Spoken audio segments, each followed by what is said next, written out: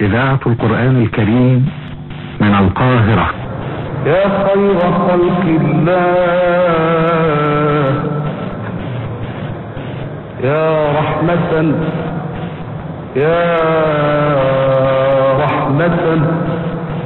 للعالمين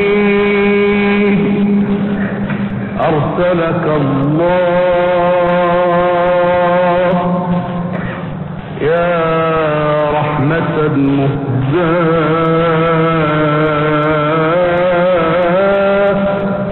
يا نعمة مهداة.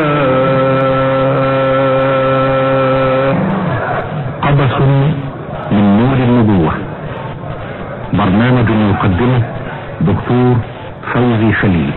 اللهم أمدنا بمدد رسولك العظيم، وأفض علينا من بركاته يا أكرم الأكرمين يا رب. بسم الله الرحمن الرحيم. أيها الإخوة المؤمنون، السلام عليكم ورحمة الله وبركاته. في القرآن الكريم آيات عديدة يأمرنا الله عز وجل فيها بطاعته وطاعة رسوله صلى الله عليه وسلم، وها نحن أولاء نذكر بطرف من هذه الآيات البينات حتى يستقر معنى الطاعة في نفوسنا وتنشرح له صدورنا. فمن هذه الآيات قوله سبحانه: وما أرسلنا من رسول إلا ليطاع بإذن الله ولو أنهم إذ ظلموا أنفسهم جاءوك فاستغفروا الله واستغفر لهم الرسول لوجدوا الله توابا رحيما. ومعنى هذه الآية أن الله سبحانه وتعالى لم يرسل رسولا من الرسل إلا ليطاع بأمر الله تعالى، فطاعته طاعة لله ومعصيته معصية لله. يقول سبحانه: ومن يطع الله والرسول فأولئك مع الذين أنعم الله عليهم من النبيين والصديقين والشهداء والصالحين وحسن أولئك رفيقا، ذلك الفضل من الله وكفى بالله عليما. وهاتان الآيتان تبينان ثواب الطائعين لله ولرسوله، فمن يعمل بما أمره الله به ورسوله ويجتنب ما نهى الله عنه ورسوله فإن الله عز وجل يسكنه دار كرامته في دار الخلد مع المقربين من أصحاب المنازل العالية والدرجات العليا في الجنة، وهم الأنبياء الأطهار والصديقون الأبرار، وهم أفاضل أصحاب الأنبياء والشهداء الأخيار، وهم الذين استشهدوا في سبيل الله، ثم مع بقية عباد الله الصالحين. ونعمت رفقة هؤلاء وصحبتهم، وحسن رفيق أولئك الأبرار. فعن عائشة رضي الله عنها قالت: سمعت النبي صلى الله عليه وسلم في مرضه الذي قبض فيه يقول: مع الذين أنعم الله عليهم من النبيين والصديقين والشهداء والصالحين، فعلمت أنه خير.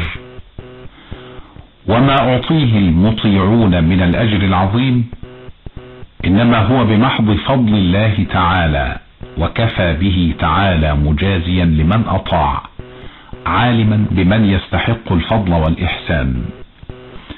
ومن أسباب نزول الآية الكريمة التي معنا ما روته عائشة رضي الله عنها قالت: جاء رجل إلى النبي صلى الله عليه وسلم فقال: يا رسول الله، إنك لأحب إلي من نفسي وأحب إلي من أهلي، وإني لأكون في البيت فأذكرك، فما أصبر حتى آتيك فأنظر إليك، وإذا ذكرت موتي وموتك عرفت أنك إذا دخلت الجنة رفعت مع النبيين، وإن دخلت الجنة خشيت ألا أراك.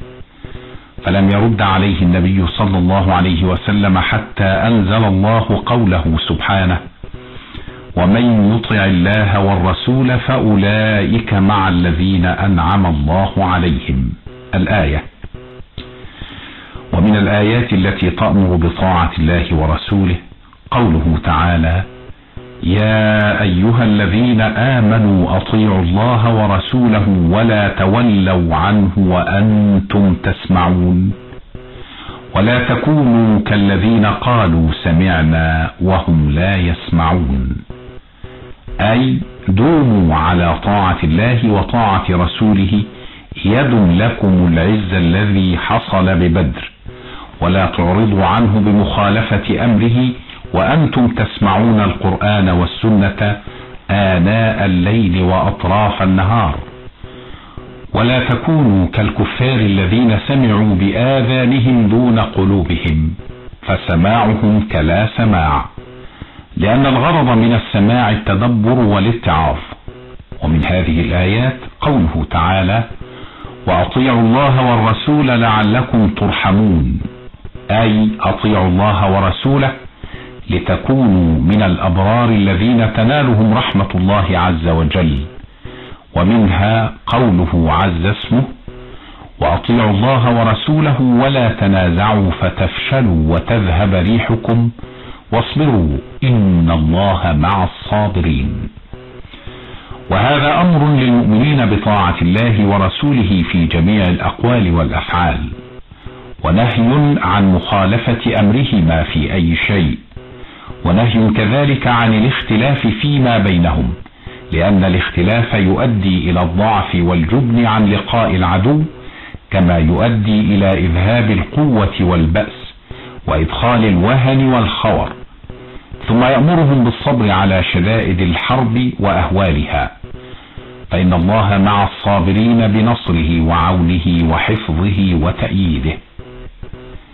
ومن الآيات القرآنية الكريمة التي تأمر بطاعة الله وطاعة رسوله وأولي الأمر قوله سبحانه: يا أيها الذين آمنوا أطيعوا الله وأطيعوا الرسول وأولي الأمر منكم، فإن تنازعتم في شيء فردوه إلى الله والرسول إن كنتم تؤمنون بالله واليوم الآخر، ذلك خير وأحسن تأويلا. وهذا أمر للمؤمنين بطاعة الله وطاعة رسوله صلى الله عليه وسلم من خلال التمسك بالكتاب والسنة، وبطاعة الحكام إذا كانوا متمسكين بشرع الله، إذ لا طاعة لمخلوق في معصية الخالق. ولاحظ أن قوله تعالى: وأولي الأمر منكم، فيه دليل على أن الحكام الذين تجب طاعتهم يجب أن يكون مسلمين حسا ومعنى، لحما ودما، لا أن يكونوا مسلمين صورة وشكلا، كما يبين القرآن الكريم أن هذه الطاعة لله وللرسول كانت دأب المؤمنين الأوائل وديدنهم، إذ يقول عز وجل: إنما كان قول المؤمنين إذا دعوا إلى الله ورسوله ليحكم بينهم أن يقولوا سمعنا وأطعنا وأولئك هم المفلحون. ومن يطع الله ورسوله ويخشى الله ويتقه فأولئك هم الفائزون.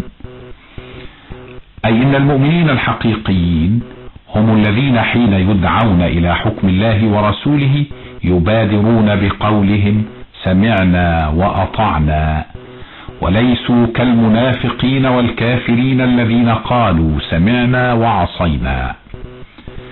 ولقد حكم الله بفلاح المؤمنين الذين سمعوا وأطاعوا. ثم يبين سبحانه أنه من يطع أمر الله وأمر رسوله في كل قول وعمل فهم الفائزون السعداء الناجون من عذاب الله الحائزون لجنته برضوانه. فمن يخشى الله فيما مضى ويتقه فيما هو آت بعد طاعته لله ورسوله فإنه الفائز السعيد. ولقد ورد أن بعض بطارقة الروم حين سمع هذه الآية أسلم وشهد أن لا إله إلا الله وأن محمدا رسول الله، وقال إن هذه الآية جامعة فاذة قد جمعت كل ما في التوراة والإنجيل. أجل إنه القرآن الكريم، ولو كان من عند غير الله لوجدوا فيه اختلافا كثيرا. صدق الله العظيم. إخوة الإيمان، إلى الملتقى في الحلقة القادمة بمشيئة الرحمن، والسلام عليكم ورحمة الله وبركاته. أعد هذه الحلقة الأستاذ الدكتور محمد متولي منصور. لما بدا في الأفق نور محمد كالبدر في الإشراق عند كماله نشر السلام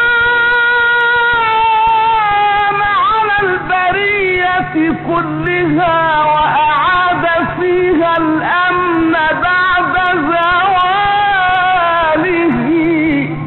قبس من نور النبوة، برنامج يقدمه دكتور فوزي خليل.